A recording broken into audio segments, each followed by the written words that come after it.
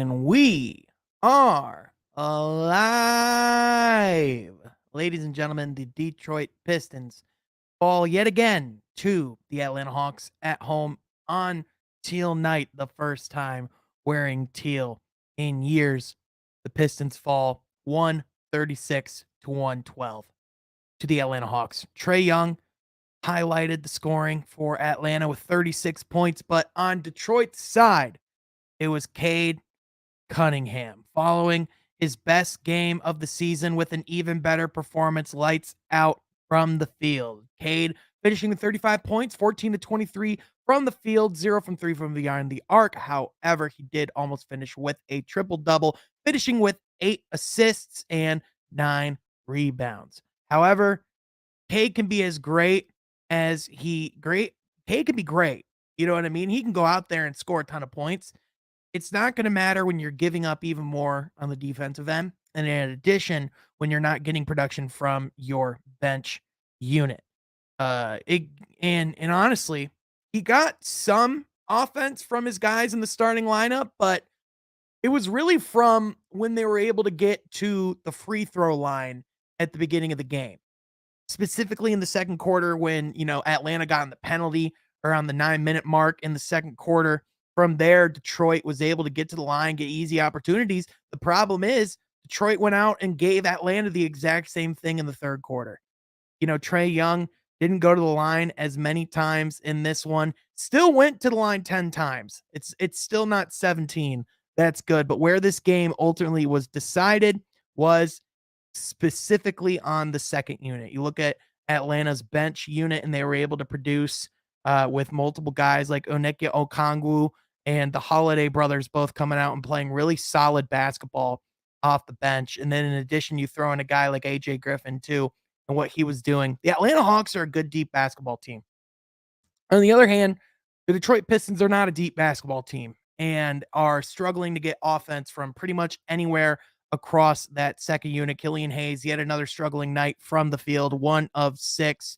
His offensive game currently looks broken in its current state just because it looks like he's trying to overcome it. And it just seems like these rough nights are just starting to stack up and starting to mess with his confidence. It's unfortunate to see.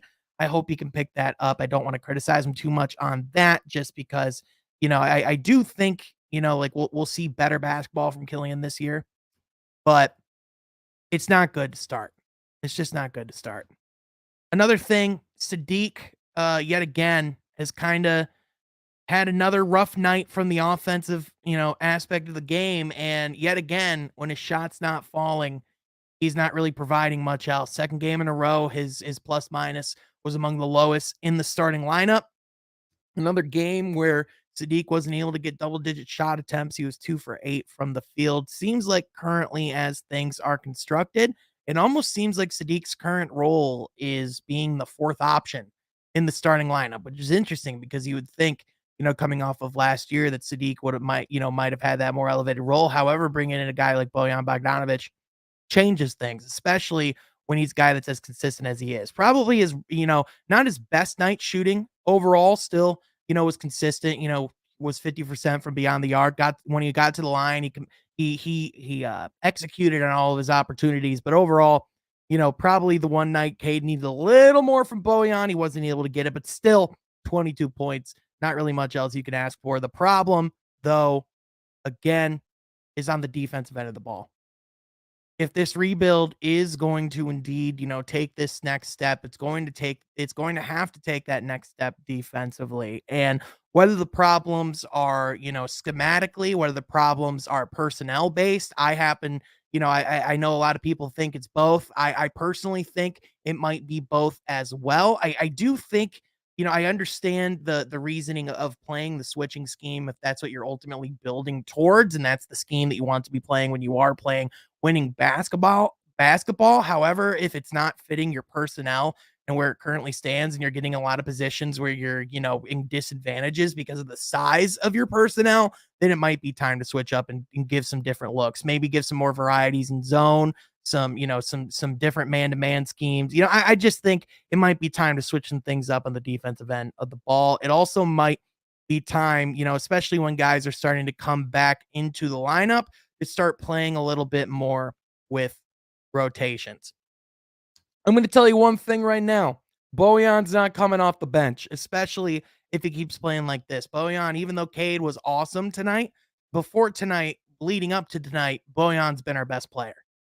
And as far as like the value he brings offensively, I honestly am wondering, and again, this is, this is like, overreaction, just like thought process thinking, like looking at where we're at right now. I almost wonder because the real problem is and the reason why I know everyone's like, we got to start Duren, we got to start Duren. And I agree at some point, I would like to see Duren in the starting lineup, but the problem is with Isaiah Stewart and Duren both on the roster, like quite frankly, you kind of need both of them in the starting lineup right now with where things are at as far as like defensive go like as far as defense goes. Like Isaiah Stewart needs help in the interior. And with Duren, he's been solid. I think tonight was probably his worst game. He did have the lowest plus minus of anyone on the bench tonight. I think he struggled against Onyeka Okongwu. And in particular, I think this was the night he dealt with foul trouble the most too, 4 fouls as well. So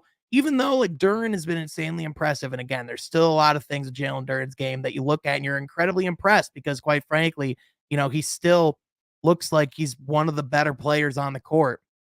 At the same time, you can kind of see the spots where he's young, right? Amadou Diallo, I honestly thought he had a solid performance. It seemed like his efforts were on both ends of the court tonight. I feel like he was actually one of the better spark plugs that Detroit had off the bench. It was an encouraging sign, especially from a guy like Amadou that you want to see continue to be that spark plug because you've seen that he has the athleticism. You see that he has the ability, right? You see that he has the intangibles on the defensive end. But at the same time, I think it's just one of those things where, you know, again, you need more just across the board offensively. It's great, like what you can do. It's great if there's certain plays that you're making, but at the same time, like it just when Cade wasn't on the court tonight, when Ivy or Bay or Bogdanovic wasn't on the court tonight, offense was hard to come by. And Ivy, obviously, I think he still might be dealing with a little bit of the remnants of the illness, but even then, still looks pretty good in his limited action, getting, worked back into the lineup. You could tell he was, not quite himself, but even then, being not quite himself, man, he have a hell of a burst in the open court. I think you saw, especially towards the beginning of the game, with Ivy coming out of the game pretty quickly. Maybe that was part of like his action being limited tonight. Maybe that was an adjustment of trying to stagger minutes and have that Ivy and Cade on the court as much as humanly possible because you're gonna need that type of offense, especially with where you're at and with things currently constructed. And at the end of the day, you can point to a lot of things and a lot of flaws, but like you're just not going to win any games if the team on the other side is going 56% from the field, right? It's just the way it is.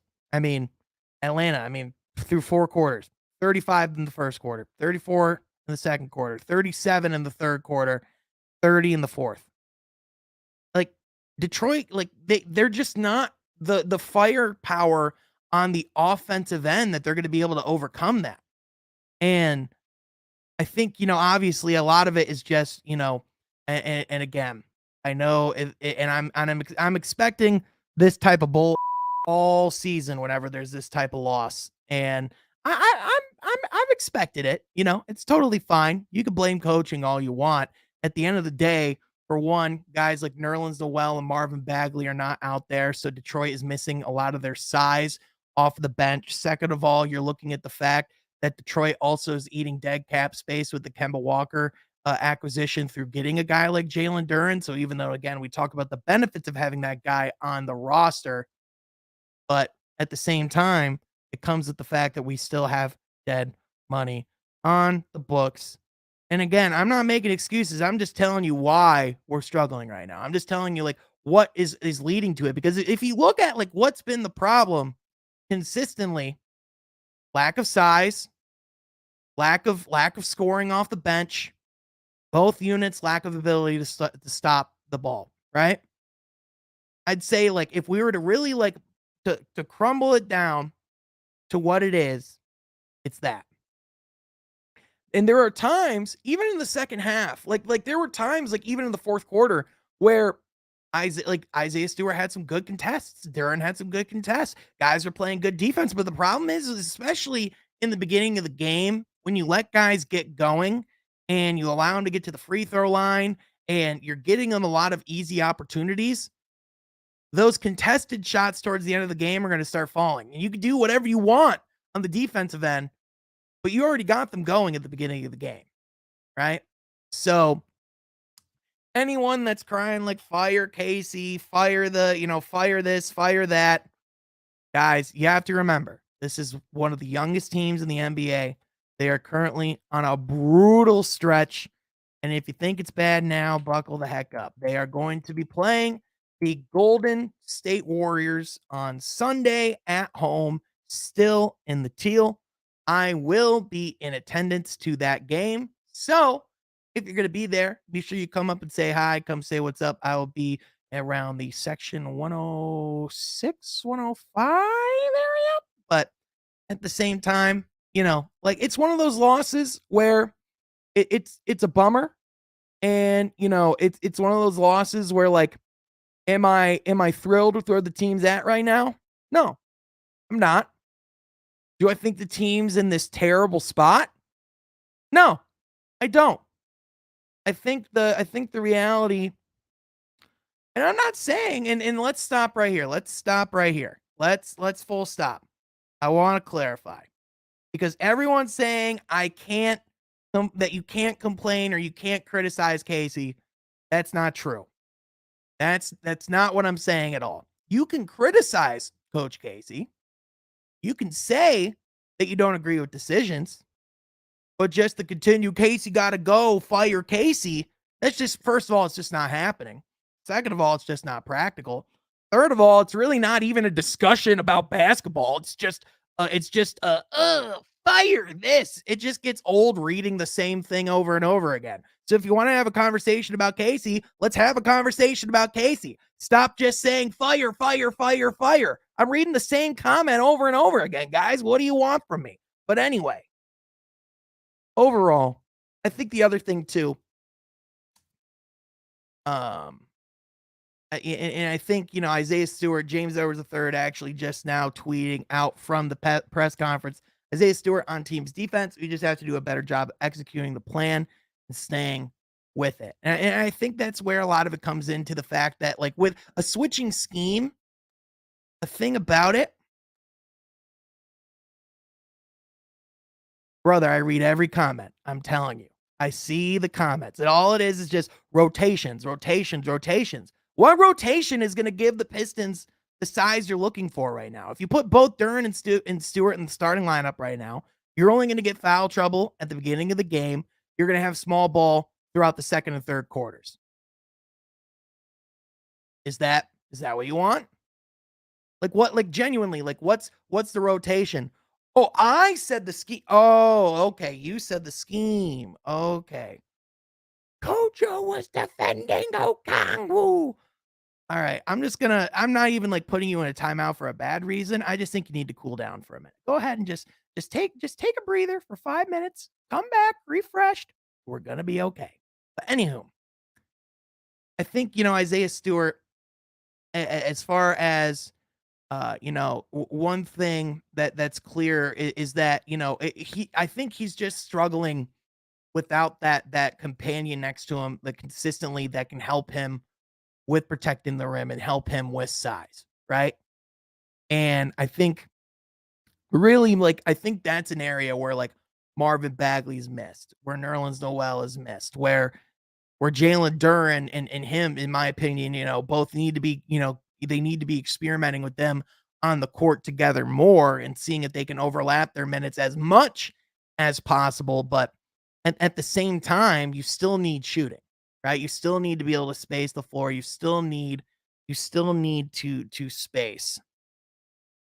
And with the first pick, that's the thing, man. Like with where the NBA is at right now, like I don't even think like, yeah, like we're probably the worst team like, defensively at the moment, but I don't even know if we're, like, and I know, like, our net rating is 30th, but at the same time, I don't know if we're the worst team right now. I mean, the Sacramento Kings, they still haven't gotten a win, right? And I mean, even then, like, if we're basing, like, everything off of where things are at right now, may I remind you, the Utah Jazz are a first seed in the West.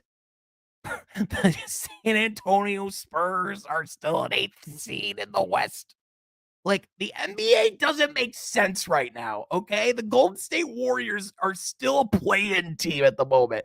They're coming into Detroit 3-2. So, like, that's not even necessarily a lock. I mean, don't get me wrong. I would favor the Warriors. Man, that felt good. That felt real good. But go ahead in the comments. I want to hear your questions. Go ahead and give me your questions, not only about tonight's game, but about the Pistons as a whole. Go ahead and drop your questions that you have for me about that in the chat. We will highlight them. Would love to have a little bit of a conversation about the game, about Cade's performance, about how guys are performing, any particular players you guys want to talk about. I am all for that. Again, I was encouraged by, what I saw from Hami tonight. Bojan got only 12 shots. Dude, that's what I'm saying. We need to get that guy 80 shots a night. We just like maybe every shot needs to be Bojan's shot. No, but I mean, I think what is your issue? What is your solution to our crippling size issue, Sean? Do nothing. Well, first of all, I would remind you that our size issue isn't months away from being fixed. It's weeks away from being fixed. It's 2 to 3 weeks away. We have Marvin Bagley and potentially even Nerlens Noel. He's working and conditioning on getting his way back into the lineup. So I would say, for one, I think you're going to be able to address size at that point. I would say, second of all, I think you can always, you can never rule out what Troy Weaver is going to do around the trade deadline. But at the same time, I think the whole point of what you even saw this off season with some of the decisions, like Detroit could have went and addressed size, right? They could have went and added more players to their roster. Like, they could have spent the salary cap money that they had this offseason, right? They chose not to.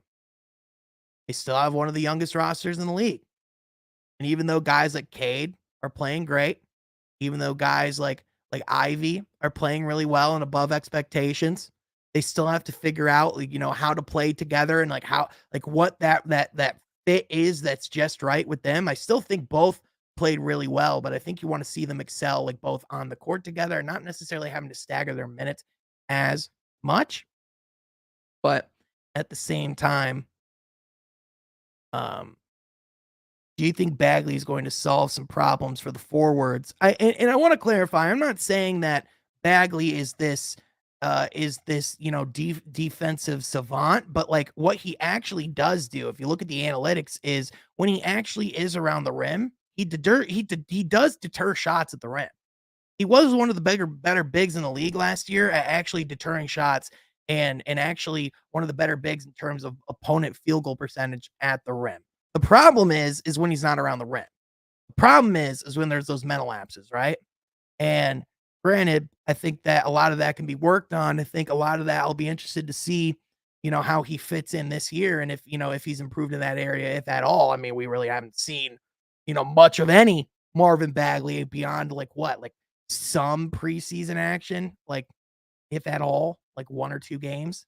But at the same time, I'm not saying he's going to fix all of your issues, but another big is going to help. At the very least, it allows you to rotate more and play around with minutes and get and experiment with having guys together on the court and not necessarily being so reliant. And also, it's a contingency, right? Like, anytime you only have 2 bigs is not a great thing. I mean, we saw last year, when we started the season, we really only had 2 bigs. We had Isaiah Stewart, we had Kelly Olynyk. What happened when Kelly Olynyk was out for 2 months? Sean, why can't Duren play 30 to 35 minutes per game? I think some of it is going to be foul trouble.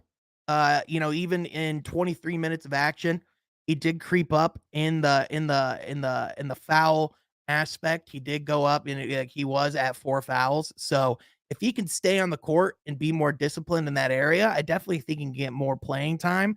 I also think if he can begin to do a little bit more on the offensive end. Also, I think tonight, he struggled also a little bit on the glass as well. So I think, like as he continues to get that experience, I think he's going to start getting more minutes very soon. I don't think it's like a matter of if. I think it's a matter of when. I mean, he's insanely talented. We all see that he's insanely gifted.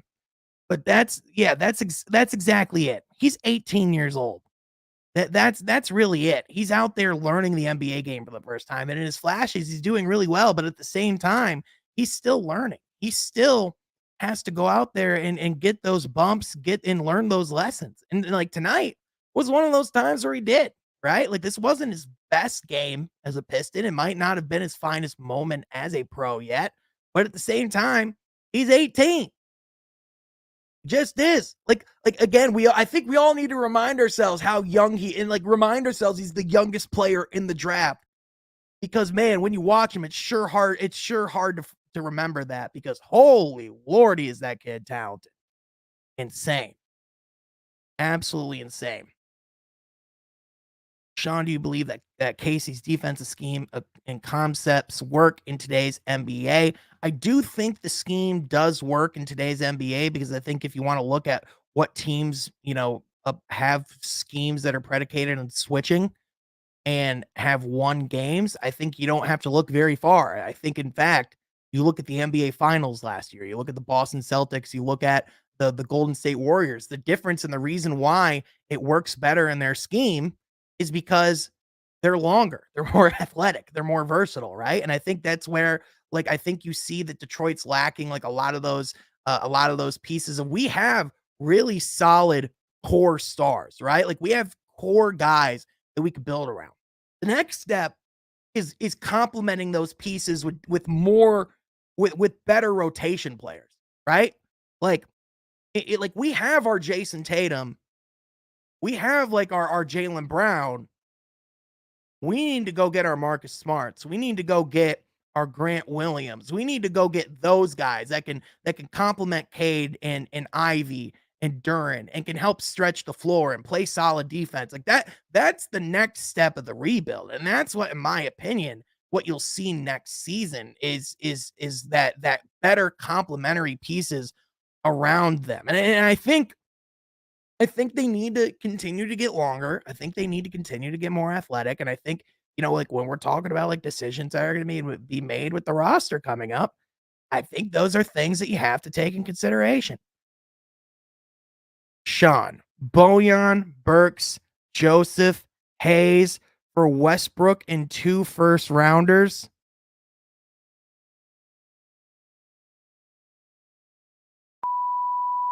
No,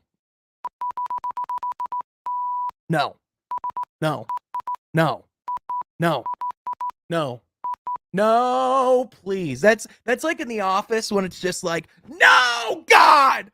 No, God, please, no! No! No!" All right, in all seriousness, I do like all right, Aaron, I do like the picks. I do like the picks. Like I do and I would be enticed by the picks. I do think for one, I think Detroit's giving up a lot in that aspect.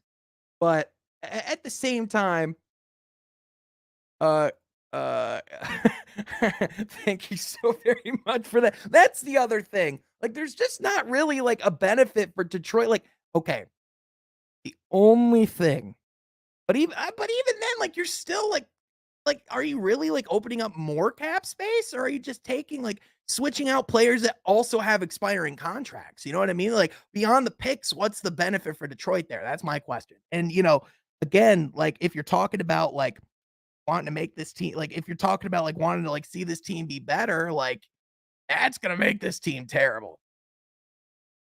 I know you love Boyan, but he's 34 in April. Yeah, you're right. He is 34 in April. Doesn't this team need more older players? Like, don't we need more guys who can play solid bat? Like, here's the thing. Bojan's game isn't predicated on athleticism. Bojan's game is predicated on skill, on instinct, on IQ, on the ability to shoot the basketball. And you're not like, even then, if you sign him to an extension, you're acting like we're signing him to this massive deal. Like in reality, like he's probably a mid-level exception. He's probably a guy you signed to 2, maybe 3 years, but honestly, probably 2. And there's probably an option on the second year. So I don't think like an extension with Bojan is this super long-term commitment that we were going to give to Jeremy Grant. I think it's something that like we can like have like a relatively short-term commitment, 2, maybe 3-year contract, 12, 13 million a year. I mean, we have $80 million in cap space coming up, guys. I mean, that's a guy who brings value. Right now, he's 3rd best in the league in three-point shooting. That's value. Bojan is a 6th man, though, not a full-time starter. First of all, he was a full-time starter on a Jazz team that won 63 plus games. He averaged 18 points and was one of their best players. So he's been a career starter. So I mean, going forward, he's gonna have to, he's gonna probably be more effective in his more veteran years as a 6th man. But at the same time, saying that he's not a full-time starter is just objectively false. But I appreciate you being here as always, Suyu. Okay, I respect your opinion, but a lot of people would love to get a first rounder for Bojan. Most people assumed it. And honestly, if we do get a first rounder for Bojan, I'm not going to be upset. Like I don't particularly like I don't directly disagree with them doing that. I also don't think that you necessarily have to trade your best offensive player right away, especially when you don't really have to bring him back for much money either. Like I think like we talk about the value of first round picks all the time, and don't get me wrong, first round picks are insanely valuable, but at a certain point, you just need good players as well, right? At a certain point, it's like cool, like the Jazz have like 14 or 15 first round picks, but like there's no guarantee you're going to hit on all 14 or 15 of those first round picks. If you're telling me, hey, you get 7 first round picks in a trade, or you get Brandon Ingram, which one are you taking? I mean, sure, 7 round picks is pretty enticing, but is there a guarantee in 7 shots you're getting a player as good as Brandon Ingram? There's not. There really isn't. That's the crazy thing. And that's with how deep these drafts are. I smell 2 seconds for Bogdanovic deal in the pipeline. We know how much Weaver loves them second rounders. But on the other hand, though, they just got him for Kelly O and Saban Lee. I mean, like, are people not going to see like what Detroit just got him for? Like, is that not going to like take into effect around the trade deadline? Like, are people not going to look at that? I just don't know. But Bojan is, I will say, like I said, I was a fan of his before he came to Detroit. I was a proponent of him coming to Detroit before he was a Piston. And now that he's here, now y'all just want to take him away from me. Just want to take him away from me. Unbelievable. But in all seriousness, if you're there on Sunday, be sure to come say hi. A lot of the Warwood Pistons crew is going to be there Sunday night. Super pumped to kick it and be there for Teal night against the Golden State Warriors. First time I get to see Steph Curry live in person. Oh, wait! Super pumped to that. Super excited. Take the Bojan glasses. I can't, man. They're glued to my eyes, man. I'm drinking the Kool-Aid on Bojan Bogdanovic. Dang it. He's just so good. Also, I will say, Teal, W or L? Let me know in the chat. Personally, seeing the Teal was so good. It was so good. Don't you even try this with me right now. Don't you try it with me right now. Yeah, it's got to be W's, right? It's all about the Teal. And the court looked incredible. I absolutely agree, Aaron. It just looks so good. Just letting you know I'm following you from France. Great channel. Hey, thank you so much, bro. Really appreciate you tuning in. We in Croatia? What the? How y'all find little old me? What's going on here? Man, seriously though, appreciate you all tuning in and being a part of the stream. All right, but Bashir, he's got the important questions. Bacon or sausage?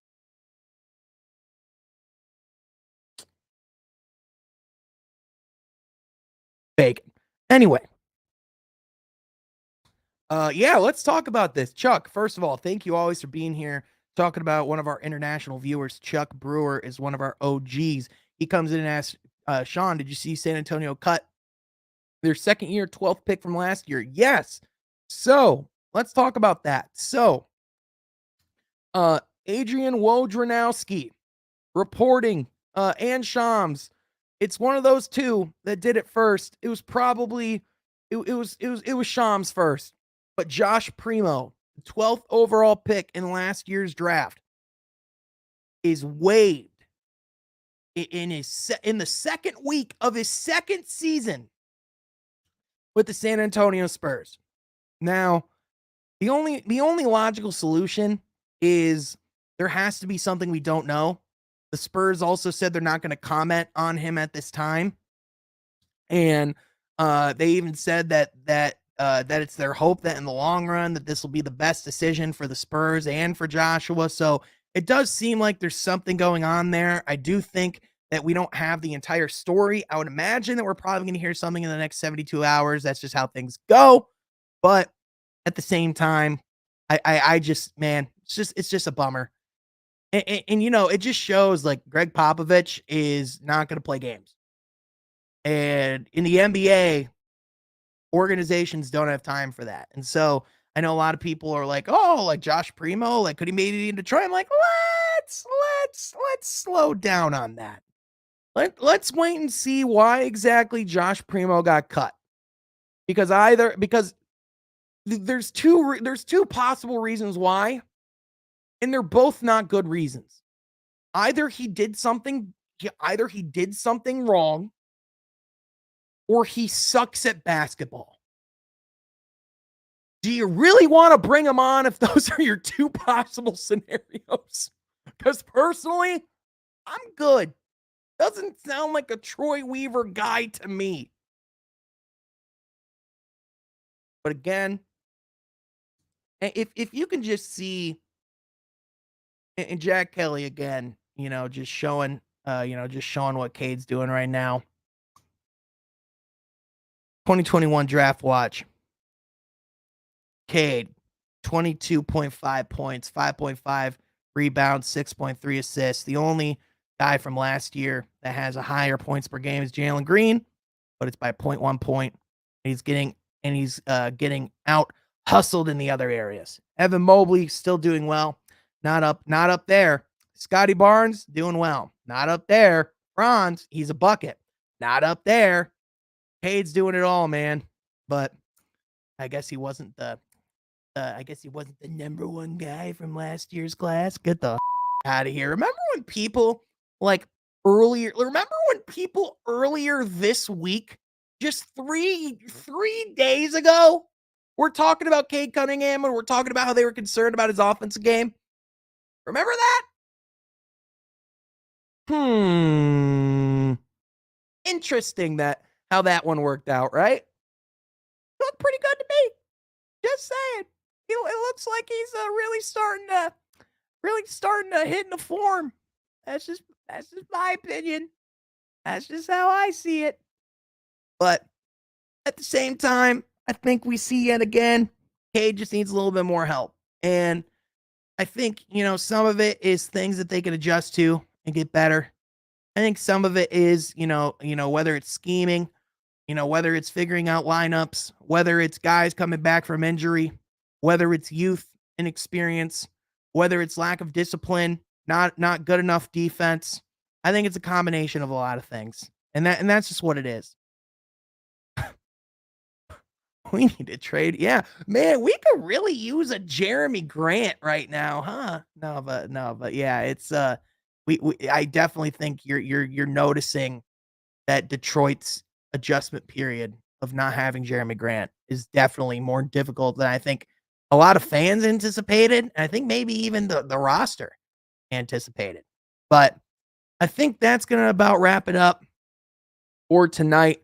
I want to thank you all so much for tuning in. The Pistons again fall by 24 points to the Atlanta Hawks at home, only scoring 18 points in the fourth quarter. Looks like they kind of ran out of steam towards the end, and Detroit has the opportunity to go out and redeem themselves. However, they're going to have to do it against the defending NBA champions, and Steph Curry will be coming to Detroit. But with that, folks, I want to thank you all so much for tuning in. Be sure you're liking this video, subscribing to the channel, and keeping tuned in on the streams, and also for all the writing content that we're going to be doing over on Forward Sports. But also be sure that you're plugged in over my Twitter at Sean Half Court. Also, be tuned because Kool-Aid and I have something special cooking, and I am telling you, you're going to want to be tuning in. So be sure you're on the lookout for that. But folks, thank you all so much for tuning in. Thank you for making Woolworth Pistons your home for Pistons coverage. We will catch you guys next time here, and be sure you subscribe to From Half Court for more Pistons and NBA coverage as well. Thanks, everyone. Have a good night. Much love. If you're there on Sunday, come say hi. I will be there. Catch y'all later.